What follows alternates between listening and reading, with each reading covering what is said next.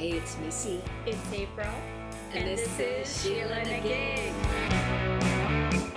Sheela, Sheela, SheelaNaGig. Sheela, Sheela, SheelaNaGig. Sheela, Sheela, SheelaNaGig. Hey, everybody. Hi. Hi, April. How you doing? Good, how are you? Good. What's your preamble? Well, each week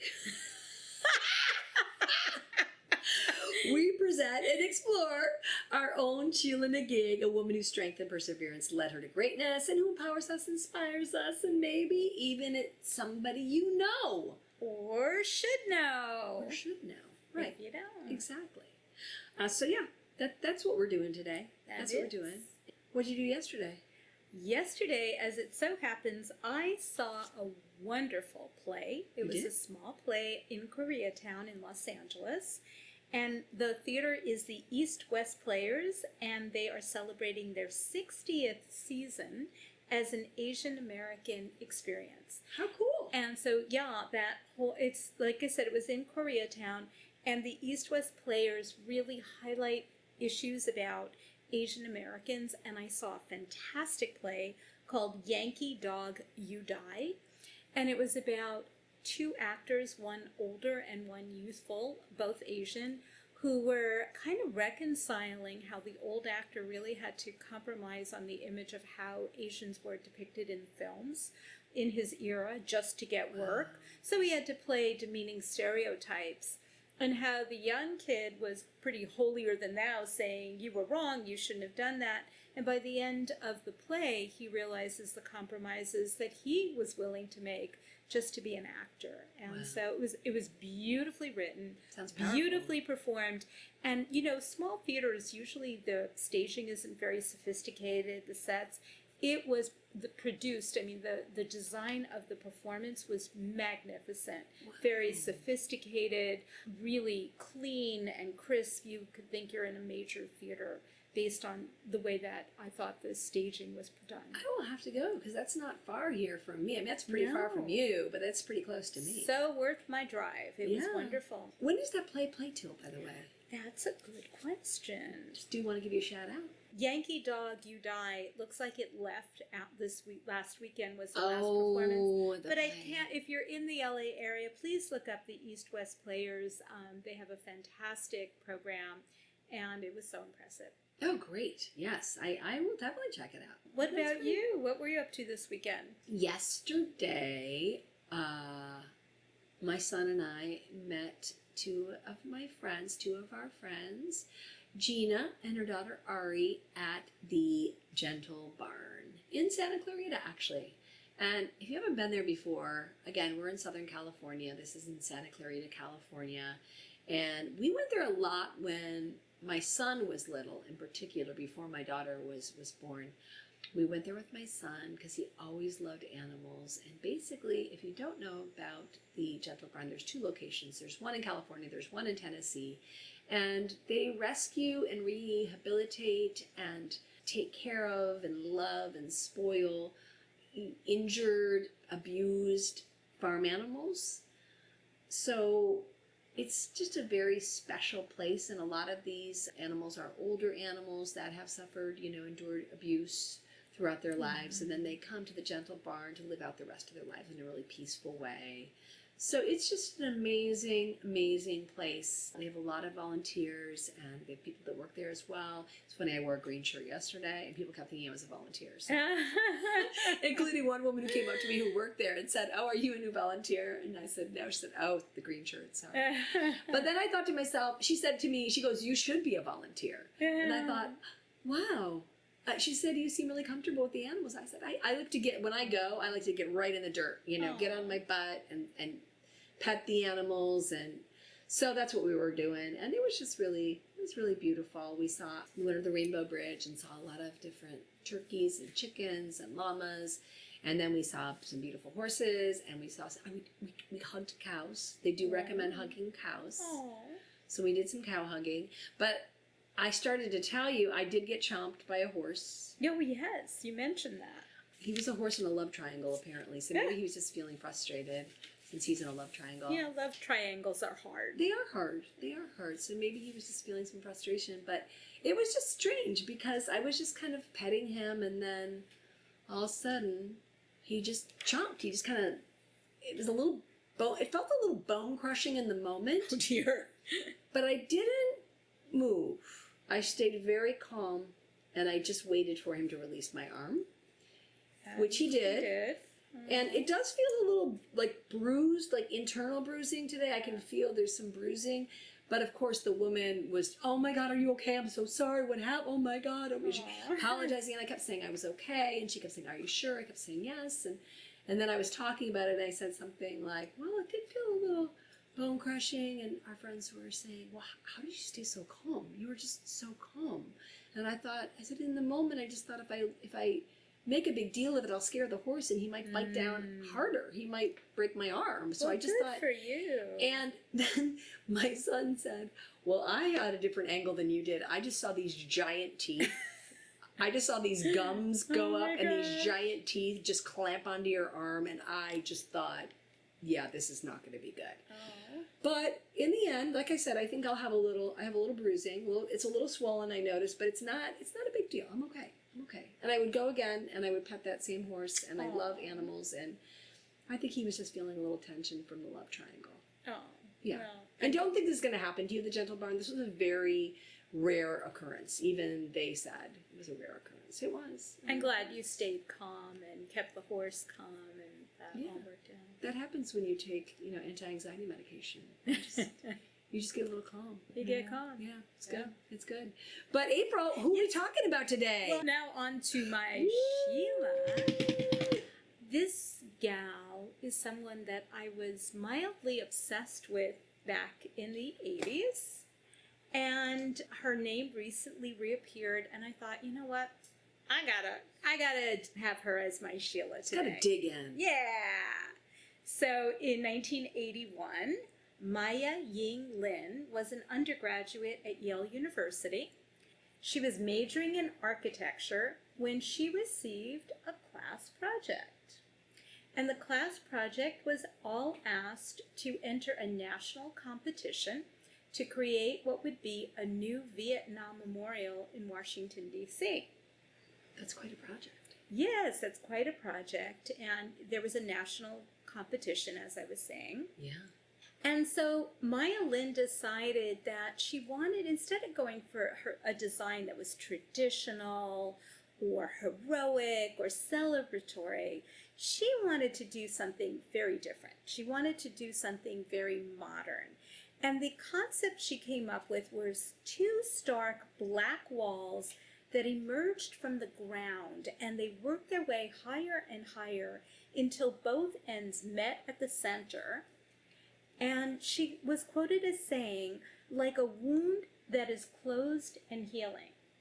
It was a V-shaped wall design that would point towards the Lincoln and Washington memorials and would inscribe the names of those who died in service, listed in chronological order according to their passing. Wow. A wound. That's closing. Mm-hmm. That's interesting. I mean, that's a lovely sentiment. That's a beautiful way to look at it. Wow, that's interesting. Yeah, she really re-envisioned the idea of a monument. Yeah. She said, "I just wanted to be honest with people," she told the Washington Post. "I didn't want to make something that said they've gone away for a while. I wanted something that would just simply say they never came back. They should be remembered." Oh, and I'm assuming her monument won. She won. We'll get there. Let's stick a pin in that, as I like to say. Okay. So like most Americans, Lynn was aware of the toll that the Vietnam War was taking both on surviving veterans who, even 40 years after the Vietnam War, continued to suffer from PTSD and exposures to chemicals like Agent Orange, not to mention whatever physical wounds they received, because more than 300,000 American veterans were wounded during the Vietnam War. Mm. But she had little personal connection to Vietnam beyond what all Americans witnessed in their televisions on the nightly news. Mm-hmm. And this was sort of unprecedented because television was still a relatively new medium when this war broke out, and it was the first chance that Americans had to really see graphic depictions of violence and death and people coming back in body bags and coffins. So young adults like Lynn really lived in fear of the draft for themselves if they were females, their brothers, their boyfriends, their friends. A friend of Lynn's father died in combat while Lynn was in high school. So she wasn't directly impacted by the Vietnam War, and yet every American was impacted, and she was aware of that. Sure. Did you have people in Vietnam? I did. I had 2 cousins that went there, and they were never the same. My father figure, Jerry Moyer, my farmer, he was in combat in Vietnam, and he talked to me a little bit about his PTSD. I remember being with him on the 4th of July and him talking about how hard it was to be there for the fireworks because of the sound. I can imagine. I always think that. My daughter and I went out for a walk, and it was like I kept saying, this is a war zone. This is just, it feels like a war zone. Yeah. Just there was so much, we live here in East LA, and there's just so much fireworks, and it really did seem like a war zone. And then you say 2 cousins as well who just were never the same afterward? Never the same after the war. Really? Just like mental issues? mental issues. Both have passed away prematurely. I mean, it's just My uncle sad. too was in Vietnam, my mom's brother, and he came back with, PTSD and also a back injury and became a major drug addict. As a result of that, which he eventually did get sober, which is good before his death, but tough road, man. It is a tough road. Tough road. But going back to Maya Lin, she was first generation Chinese American. She was born on October 5th, 1959 in Athens, Ohio. And her parents were immigrants who escaped mainland China as young adults. Their families were facing the threat of the Maoist revolution. And her father, Henry Huan Lin, was born in Fujian. And he was a ceramist, so an artist. And he was the dean of the Ohio University College of Fine Arts. Wow. Yeah. And her mother, Julia Chang Lin, was born in Shanghai, and she was a poet and a professor of literature at Ohio University. A lot of creativity there. Yes, and Lynn's older brother is a poet, author, filmmaker, and Professor Tan Lin. But of course. Yeah. So we have the high-achieving family. Yes, artistic family. Artistic family. And according to Lynn, when she was growing up, she didn't have many friends. She stayed home a lot, and she loved to study, and she loved school. And while in high school, she was taking courses at Ohio University, which included, interestingly enough, learning how to cast bronze in the school foundry. Oh, that sounds so cool. I would love to learn how to do that. Doesn't it? Yeah. She graduated in 1977 from Athens High School and attended Yale University, where she ultimately earned a Bachelor of Arts in 1981 and later a Master in Architecture in 86. Wow. Very cool. Good for her. Yeah. Interestingly, she said that she didn't even realize in her youth that she was ethnically Chinese until much later in life. I guess that she was part of this melting pot culture, and her parents weren't particularly, maybe because they had to escape mainland China, they weren't really rooted into Chinese traditions. And only in her 30s did she acquire an interest in her cultural background when she was commissioned for artwork, and that had its roots in cultural China. And so she had raised 2 daughters, and while she lived a fairly private life, I know she had 2 daughters, and she really aspired to pass more Chinese lineage and tradition onto her daughters than she herself was raised in. That's kind of nice. Yeah, but going back to 1981, she was an unknown 21-year-old student with no professional experience when she beat out more than 1,400 competitors to design the Vietnam Memorial. And among those she beat out was her professor who assigned the project. Whoa! And might I add, and this was something that I remembered from the 80s that really tickled me, he gave her a B grade for her memorial design.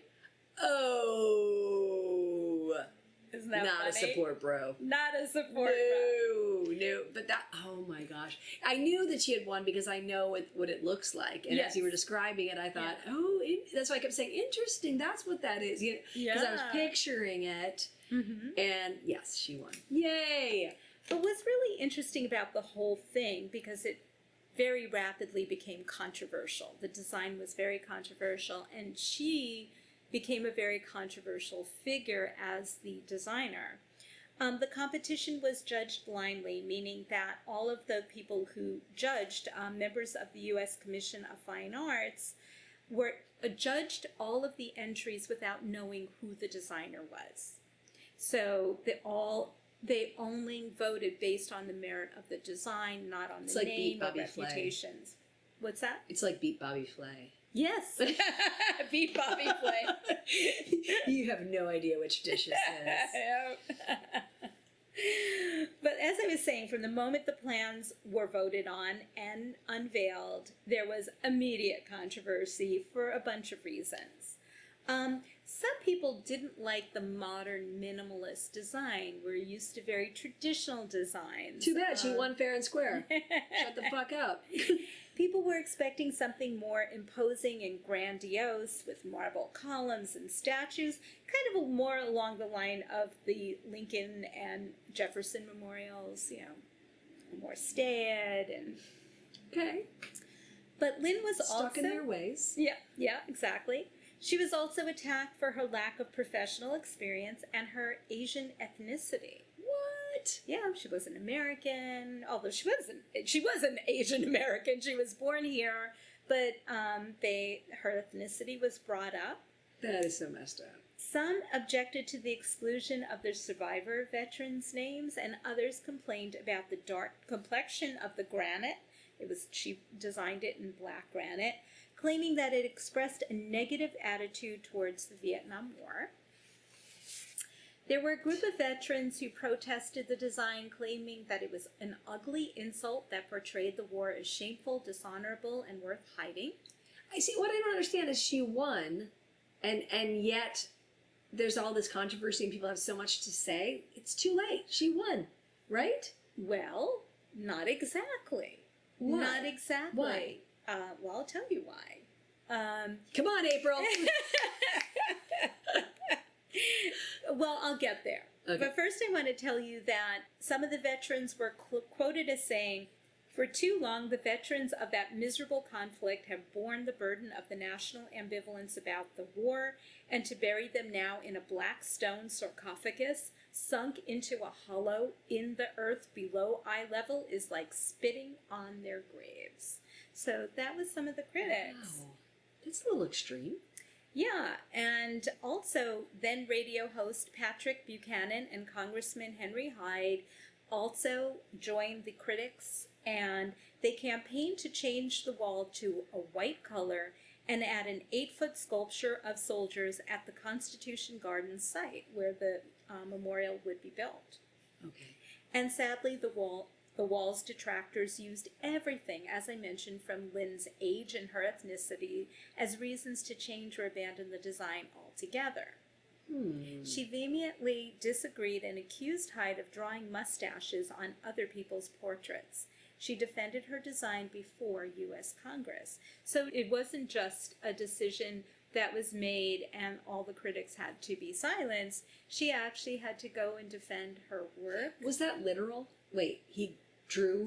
No, she was saying that's what she felt it was like. It was that's what I thought you meant, but it was metaphoric. I just need a little clarification there for a second. It was a metaphor. Okay. Yeah. So ultimately, a compromise deal was finally reached between the U.S. Commission on Fine Arts, which was responsible for the final design, and in the end, they did keep Lynn's design, but they added a sculpture that had won 3rd place in the design competition by Frederick Elliott Hart's 3 Soldiers. So they added some accoutrements. And what's really interesting is I had this information and I somehow missed documenting it here. But Frederick Elliott Hart's 3 Soldiers, he was paid more money as the 3rd entry in the design competition than Lynn won in the competition. It's so Oh, of course he did. Well, I don't know why I'm even shocked. Right.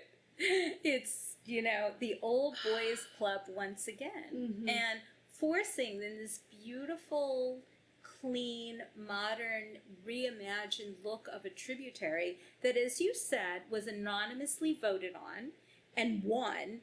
It had to be encumbered with some traditional ideas about what a monument should look like, and the dude gets more money for it. If it was The a design. dude who was the winner, if it wasn't a dude who wasn't Asian, do you think, like a white dude, do you think there would have been the same controversies? I wonder. Well, I just wonder. Yes, I do wonder. I hate to say that, but I wonder. Yeah.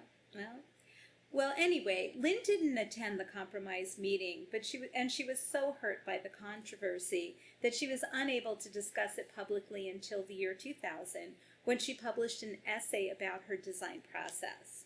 It wasn't so much of an artistic dispute, she writes, as a political one. It was extremely native of me to think that I could produce a neutral statement that would not become politically controversial simply because it chose not to take sides. She envisioned the memorial as very apolitical, and she wrote that she regretted the ways that it had become a weapon to fight against the memorial that was intended here to highlight veterans. Mm. Lynn once said that if the competition had not been blind, with designs submitted by names instead of numbers, she feels she never would have won because of her ethnicity. She was harassed after her ethnicity was revealed when prominent businessman and later third-party presidential candidate Ross Perot called her an egg roll. What? Yeah. Oh my God. Called her an egg roll. Called her an egg roll. That is just so insulting. It just breaks my heart. That is messed up. But here comes the silver linings. Okay, good. As loud as many critics have been, many others appreciated her striking design, and spurred on by the activism of the wounded Vietnam veteran Jan C. Shrug and sympathetic celebrities like Bob Hope, some 275,000 Americans, as well as businesses and veterans groups, donated $8.4 million to build that memorial. Oh, Bob Hope. Yeah. Congress had allocated 3 acres on the National Mall for the Vietnam Veterans Memorial, but the funding for the actual project came from the private sector. It didn't come from the government. And so there was a huge rally to support and fund the memorial. And as of course we know, it's been built, and it is a magnificent, beautiful monument. Oh, it is. More than 58,000 half-inch high names are inscribed on the wall's smooth black granite. Since 1982, it has commemorated military personnel who died or were declared missing in action during the Vietnam War service. Oh. And the memorial has become an important pilgrimage site for relatives and friends of dead soldiers, many leaving personal tokens and mementos of memories of their loved ones. But it's also become a destination for visitors to Washington, D.C., including those who did not experience anything from the Vietnam War firsthand. People with friends or relatives who fought in the war for their names and rub impressions of them onto paper, and offerings like letters, medals, photos, and dog tags are left there almost daily. So it really has become, as Lynn had intended, a site for healing and remembrance. That's amazing. Yeah. In 2010, a study even found that visiting the wall multiple times can help Vietnam veterans better cope with their post-traumatic stress. So in 2007, an American Institute of Architects poll ranked the memorial number 10 on a list of America's favorite architecture. Oh. See? And is now one of the most visited sites on the National Wall. It also serves today as a memorial for the veterans of Afghanistan and Iraq wars. There is a collection with items left since 2001 from the Vietnam Veterans Memorial Fund, which includes handwritten letters and notes of those who lost loved ones during those wars. Oh, wow. There's also a pair of combat boots and a note with it, dedicated to the veterans of the Vietnam War, and it reads, "If your generations of Marines it had not come home to jeers, insults, and protests, my generation would not come home to thank yous, handshakes, and hugs." Oh, I'm gonna cry. It's beautiful. Yeah, so although Lynn and Lynn's design faced a tremendous amount of backlash, it has withstood the test of time and ultimately brought more healing and more peace and more honor to not only Vietnam veterans, but veterans of the Iraq and Afghanistan wars. Oh, thankfully. Oh, Yeah. that's good news. So after all this controversy about the Vietnam Memorial, Lynn dove into anonymity and returned to academia. She began her graduate studies in architecture at Harvard University in Cambridge, but then she ended up leaving Harvard in early 1983 to work for a Boston architect, and in '86 she completed her master's degree in architecture at Yale. In '88, she designed a monument for the civil rights movement on behalf of the Southern Poverty Law Center in Montgomery, Alabama, and that was in 1989. Oh, I love that. Yeah. We get their newsletter. Oh, really? Yeah. Her design consisted of two elements, a curved black granite wall inscribed with a quotation from Martin Luther King Jr., and a 12-foot diameter disc bearing the dates of the major events of the civil rights era and the name of 40 people who died as martyrs for the cause. And water flows gently over both parts of the memorial. So she has a very distinct modernistic minimalist style, and I'll talk a little bit more about her artwork and her perspective. Yeah. But she really wanted to avoid being typecasted as somebody who created memorials. So in 1990s, she shifted her attention to other forms of art and architecture. Her work spans small sculptures, which are displayed in galleries, and large environmental installations. And she took inspiration from the natural features and landscapes of the earth. In a series entitled Wayfield, or the Wayfield of 1995 in Ann Arbor, Michigan. Michigan, where I'm from. Yes. Flutter in Miami, the storm King Wayfield in 2009 in Mountainville, New York, Lynn reshaped grass-covered terrain to resemble undulating ocean waves. She explored the way individuals experience the landscape through a series of constructed typographies as a 2x4 landscape and Blue Lake Pass in 2006. And she considered bodies of water in her sculpture design, Silver, Ontario, in a site-specific installation entitled A River is Dawning in 2018. Wow. In Madison Square Park, New York, she placed a temporary grove of dead Atlantic white cedars. They were killed after rising seawater caused saltwater inundation, and the work that she named Ghost Trees in 2001 sought to draw attention to the often unseen effects of climate change. She's so prolific and she's so artistic. Yes. I love her take on things and how she comes up with these concepts. She's so conceptual. I love her. Isn't she amazing? She really is. I mean, I was caught by the story of the Vietnam Memorial, the monument, the fact that she got a B from her professor, the fact that it was a blind competition, and here's this unknown student that catapults to the award, and then all the controversy. She the work that she produced kind of rose above that. Yeah. But from a very early age, she was also deeply concerned with environmental issues, which is why she created some of these pieces about the dead trees and the water and just sort of landscapes from the earth. She attributes her interest in the environment to her upbringing in rural Ohio.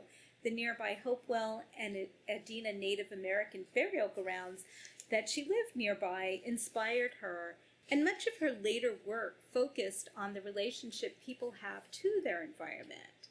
About her earthwork, sculptures, and installations, she said, "I'm very much a product of the growing awareness about ecology and the environmental movement. I'm very drawn to landscape, and my work is about finding a balance in the landscape, respecting nature, not trying to dominate it. Even the Vietnam Veterans Memorial is an earthwork.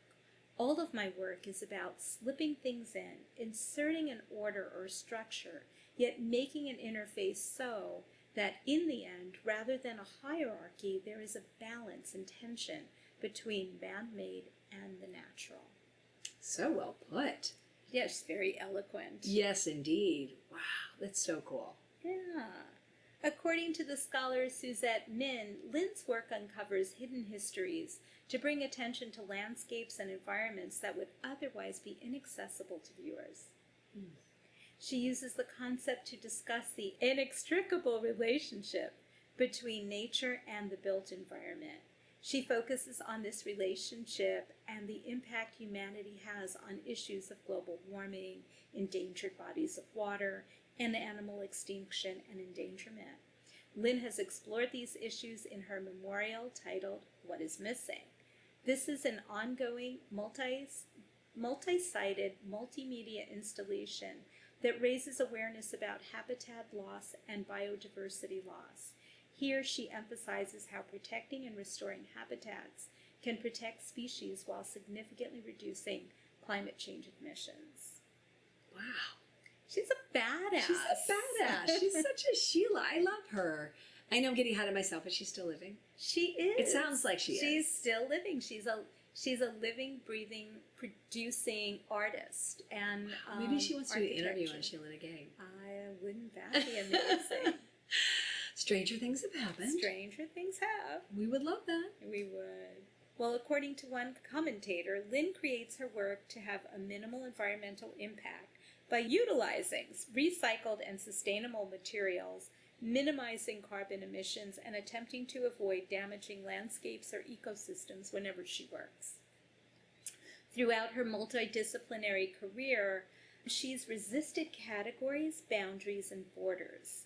According to observer Michael Brenson, in her book Boundaries, Lynn writes, "I see myself existing between boundaries, a place where opposites meet, science and art, art and architecture, east and west. My work originates from a simple desire to make people aware of their surroundings."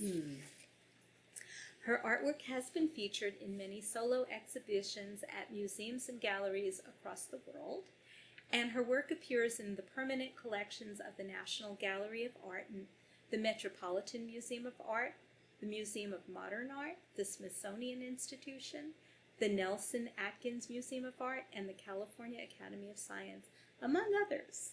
Wait, so which MoCA is it? I believe it is in New York. The New York City. one? Okay. Yeah. But the California Science... The California Academy of Sciences. Do we have to go and visit? We must go. We must add it to our field trip. Yes. Our field trip list. The never-ending SheelaNaGig field trip list. Yeah, you guys just wait. We got some field trips in store here. We're going to take you along. Definitely. And she also has some architectural projects that we can visit. Most have been at the request of nonprofit institutions, including the newly renovated Nielsen Library at Smith College, the Novartis Institute for Biomedical Research in Cambridge campus in Massachusetts, and the Museum for Chinese in America in New York City, and the Reggio Lynch Interfaith Chapel and Langston Hughes Library in Clinton, Tennessee. Wow. So we can really do some traveling. We need to do a road trip, April. We so need to do a SheelaNaGig road trip. Yeah, Wants I to come. agree. So while Lynn has been recognized, profiled in Times and the New York Times Magazine and the New Yorker and other media outlets, you know, her talent is niche. And if you're not really interested or paying attention to the architecture and art world, she's an easy person to miss, an easy Sheela to miss. Yes. There was a 1996 documentary about her, Maya Lin, A Strong, Clear Vision, and that documentary won an Academy Award in 2009. Oh, cool. She was also awarded the National Medal of Arts, the nation's highest honor for artistic excellence. In 2016, President Barack Obama awarded Lynn the nation's highest civilian honor, the President's Medal of Freedom, and he praised her for a celebrated career both in art and architecture and for creating a sacred place of healing in our national capital. Oh, I love that. Yeah, this story just touches my heart. Oh, it does. And I don't think I've heard of her before. I really don't. So this is just fascinating to me. I love this. I love learning about new Sheelas. Yes.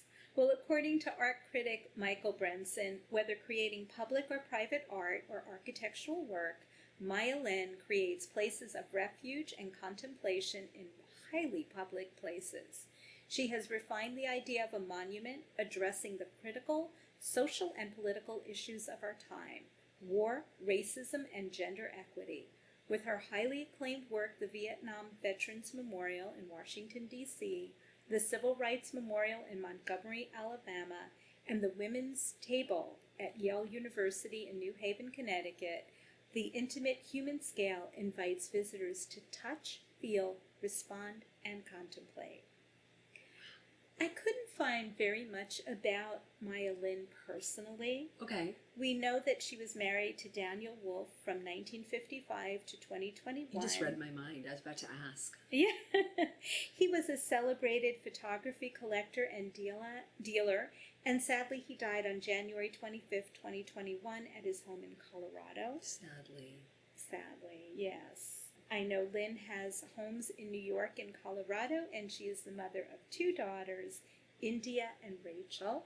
Cool. What are they doing? I don't know. Okay. I don't know. Something super creative and awesome, I'm sure. I'm sure, especially with parents like hers, and especially her amazing mom.